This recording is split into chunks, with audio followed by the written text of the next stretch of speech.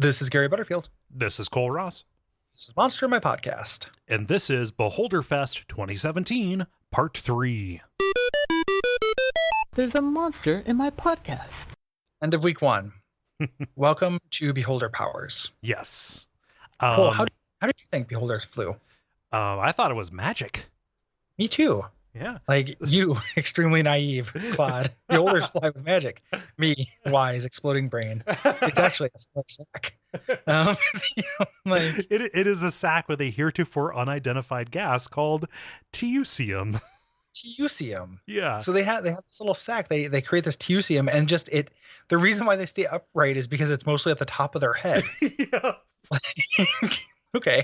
Yep, it's mostly at the top of their head. They can, if they want to, fly upside down, but it exhausts them after 3d6 minutes. Or you can cast anti-grav on them, and they will turn upside down anyway. But it doesn't bother them. I'm just picturing it like a ship foundering, just like. I'm just imagining it being really like one of them coming down from like upside down, like Spider-Man kissing Mary Jane. Boo. Oh, for real. But this teucium can be harvested. There's there's a chapter on items later on, and you can get special tools. Usually it dissipates like everything about a beholder. It'll start degrading as soon as it dies. Yeah, but you can get I don't want to. Sorry to cut you off. No, just real quick though, in case people are asking, like, yes, this book answers what it's like to eat a beholder. Yes, we're in case we're at the end of week 1 and you're like, I don't know whether I should buy this book. Like, yes, it addresses that question that we've all been asking. So. Yep. So, but I just immediately got this hook in my head of like, there's a crazy engineer who found a new secret to flight, and you need to go harvest a liter of this teucium. Yeah. Yeah. Some like little gnome guy. Yeah. He's gonna make a balloon, and then like his competitor, like in a Tesla, kind of thing, is flying better and easier, and then you find out that he's actually has beholders inside the balloon. Yeah. And it burst open during the big balloon race. Yeah, and he's always been a bunch of beholders the whole time. Yeah. He takes off his normal head and puts on a beholder head calmly, like onto his. I got that image so many times. Yeah. Of just like, aha, I haven't revealed my truest secret, and then just the head flies off and the stalks start popping out.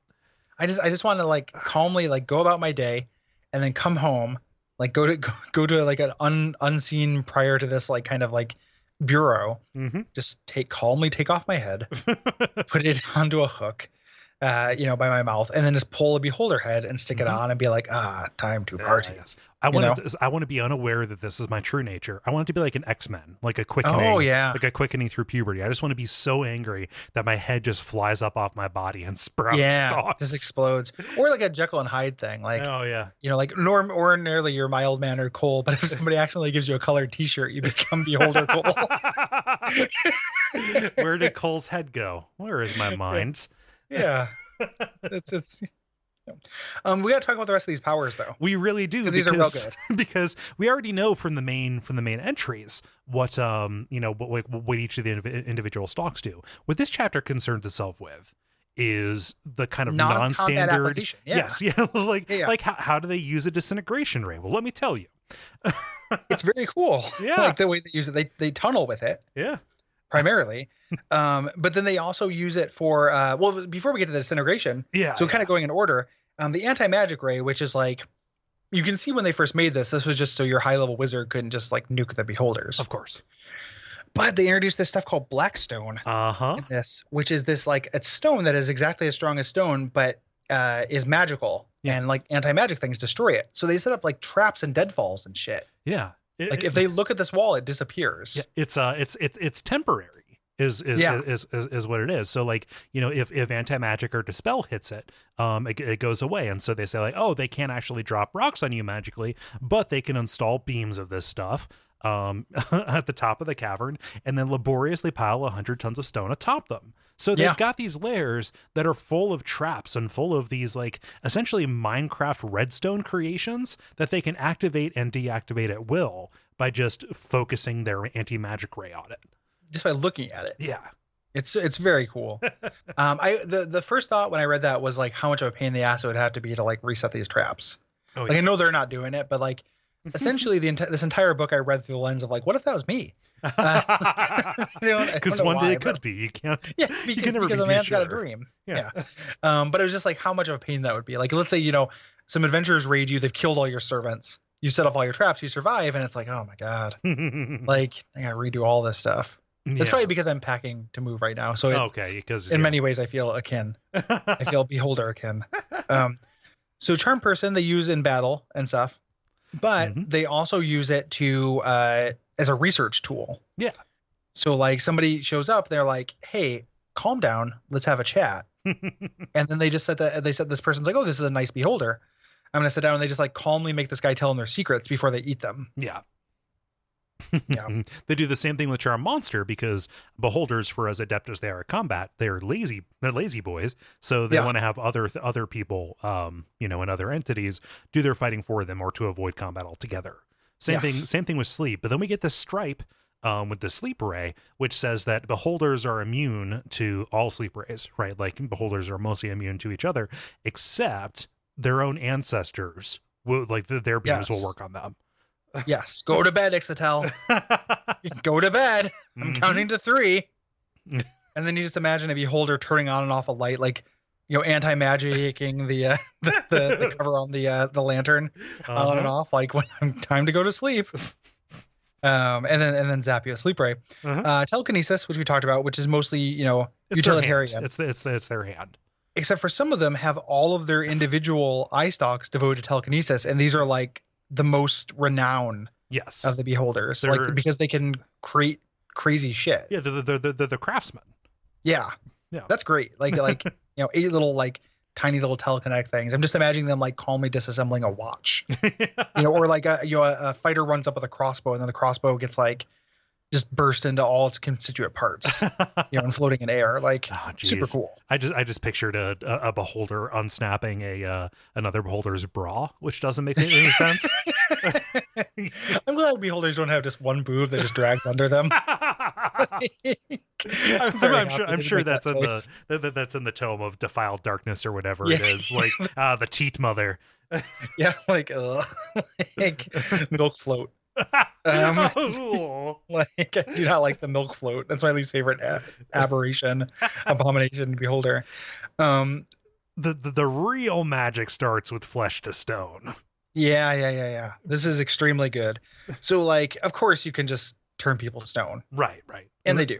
The combat use is apparent. The artistic use is also apparent, but they go into great detail about the care that beholders take to sometimes set up whole walls of battle scenes. Yeah, because they can charm people. So they create these like awesome like scenes of battle, or they have someone, somebody frozen. They make somebody else like grab them, freeze them, and they create these walls of old adventurers. They also use charm to position them in either amusing or frightened positions through like charm. And I love it so much. Like, hey, would you mind striking a pose for me? Like, can you do a little turn? Yeah. Would you do your little dance on the catwalk? Yeah. On the catwalk. Would you shake your little tush on the catwalk? Okay. And and then that's right. Yeah. Make love to the camera. Blink.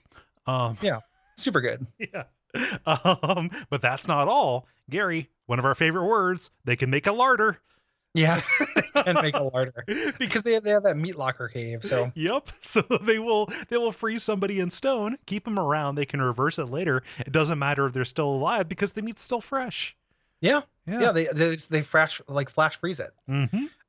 They use disintegrate not only to do tunnels, which you mentioned, but also to change these sculptures. Yeah. So like I'm imagining like you have one of your friends goes in and gets frozen. You distract the beholder. You sneak in with your stone to flesh scroll to get back your beloved. When you do it, you find that their cheekbones are just muscle because the beholder has disintegrated off sections and given them plastic surgery or changed the way their face looks or something. Oh Jesus! Or disintegrated off their ding dong. He was jealous. Yeah, like you don't get an eye stalk like that. Like. It's super, super cool. The idea of being frozen and then unfrozen after you've been sculpted. Yeah. That's fucking scary. There's really nothing that interesting about the fear, slow, or cause wounds or death. Like that's all just combat stuff. Yeah. And then like the powers of the Beholderkin, that's nothing too crazy. Yeah, Beholder can kind of suck. Yeah, we talked about those at length. All of that is there. And then there are Beholder related spells, including the aforementioned spell for the spectators, where you give them a life quest. Yes, you give them purpose. Weirdly enough, like this section is written for beholders and sometimes it is written for humans. It's kind of hard to tell which is which. Yeah, because there's the 4th level wizard spell Control Death Tyrant, and then the the 6th level spell Control Death Tyrant, and one of them a beholder can do, and one of them a human can do. Yeah. And there's nothing really pointing out which one is which. Yeah. Or I don't really get it. Or any clear rules for rolling a beholder player character.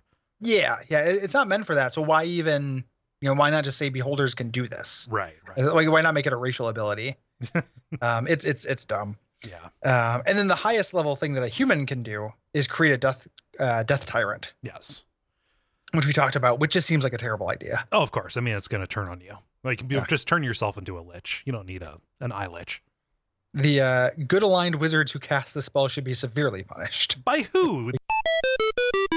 Brought to you by our backers at patreon.com/duckfeed.tv.